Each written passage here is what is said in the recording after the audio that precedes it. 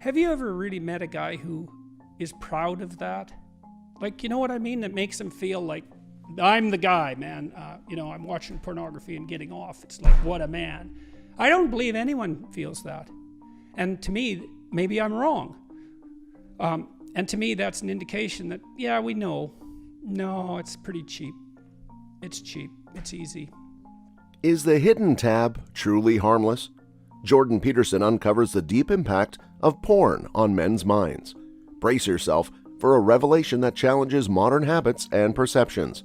It's now possible for young men to look at more beautiful nude women in one day than any man has ever seen, prior to 10 years ago, 20 years ago, than any man in history had ever seen.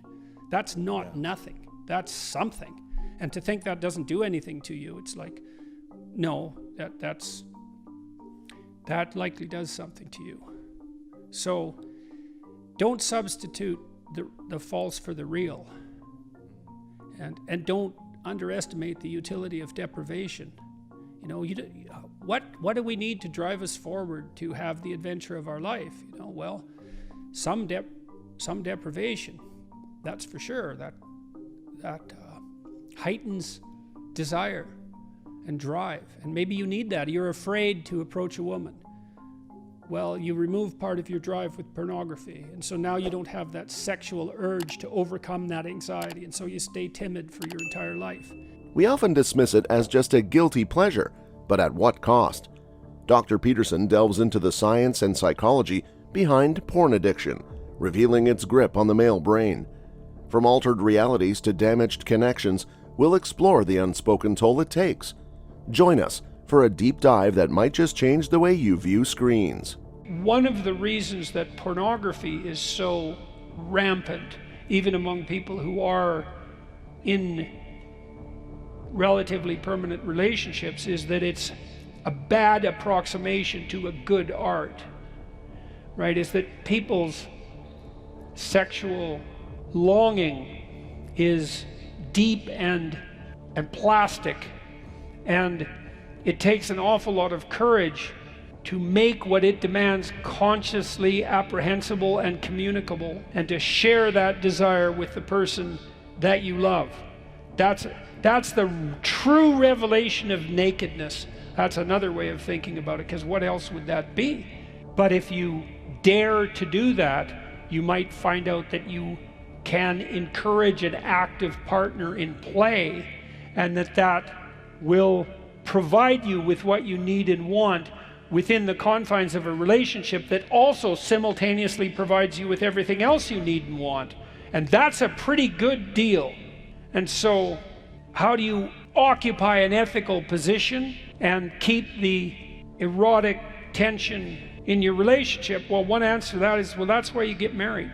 Like, that's the answer to that, right? Because the marital vow, which is a vow of permanence and a vow of mutual reciprocity, and a vow to stay together regardless of the storms that are coming, means that you have enough of a commitment to ethically justify the mutual revelation of your nakedness. That's a good way of thinking about it.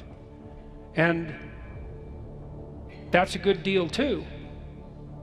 And it can be an adventurous deal if you can admit to yourself what you want and need. There's a gospel line, which is a strange thing to quote in this context. It's, knock and the door will open, ask and you will receive, seek and you will find. And I would say that is just as true on the sexual front within a marriage as it is on any other front in the more classic, let's say, on the more classical ethical horizon. Properly integrated sexual life is part of the highest ethical endeavor.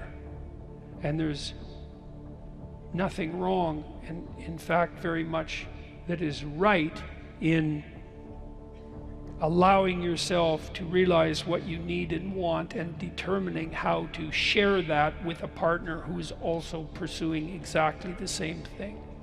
I'll tell you something that you might not know. This is quite interesting.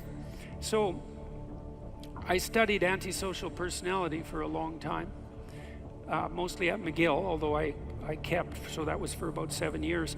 And then I kept my hand in the literature for decades after that. And I studied male antisocial behavior and female antisocial behavior. The patterns they overlap, but they have their distinctions.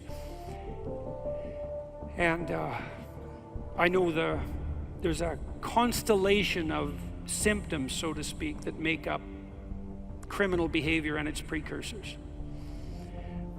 And the essence of criminal behavior is predatory parasitism.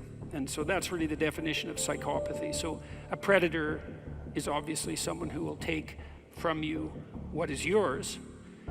And a parasite is someone who will manipulate you into working for their advantage. And a predatory parasite is a psychopath. And then you can decorate the psychopathy in various ways. So if you're an extroverted parasitic predator, then you're a charming psychopath.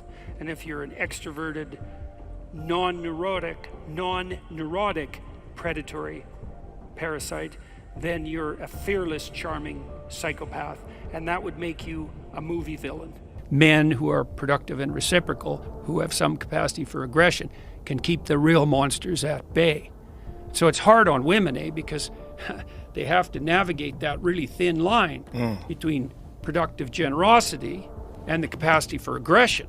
That's a really tough thing to navigate. That's basically the story of Beauty and the Beast, the Disney movie, right? Because Gaston is a narcissistic psychopath. And the Beast is someone capable of aggression, but he's not tamed into a reciprocal relationship. It's also the basis of the most fundamental female pornographic fantasy.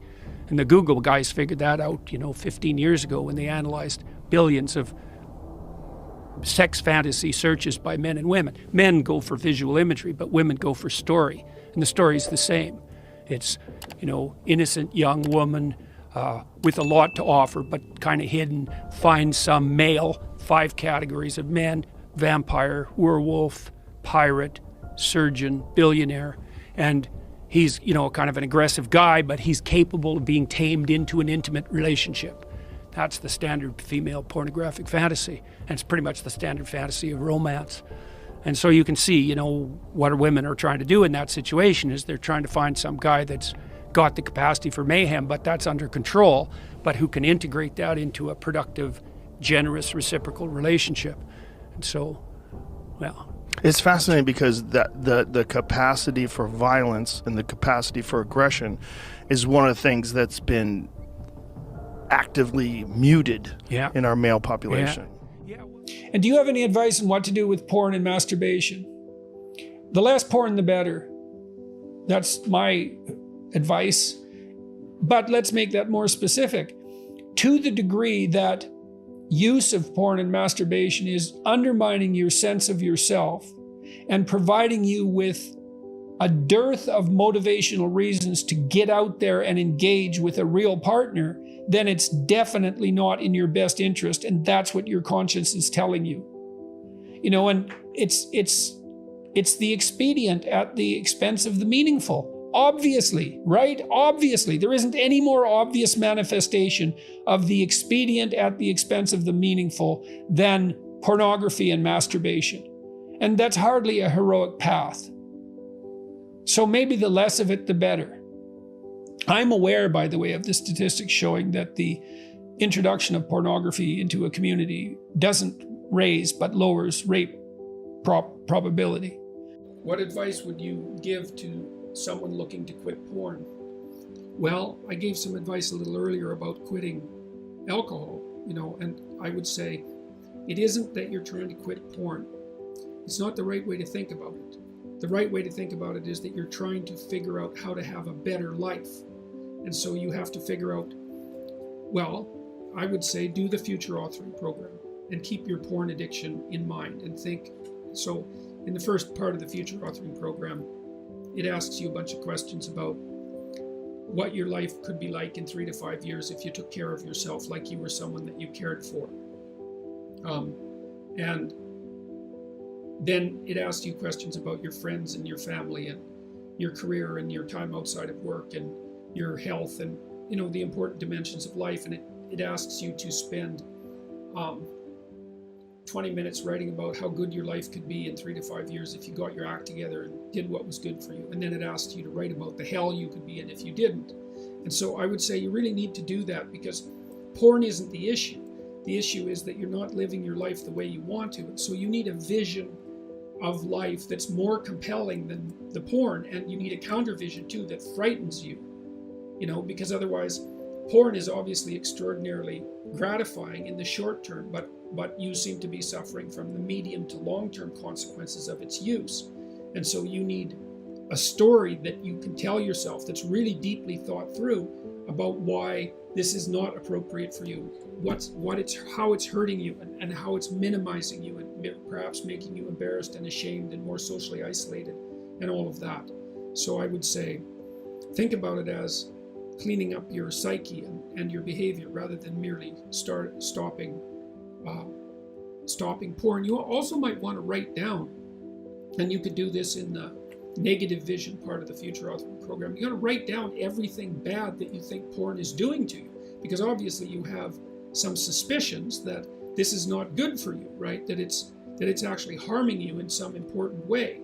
And so you need to be fully cognizant of what those ways are, and then take them seriously and decide if that's the pathway through life on which you wish to travel. And then I would also say good luck to you. It's a very good idea to identify one of your weaknesses and work on it. You can strengthen yourself substantially by doing that.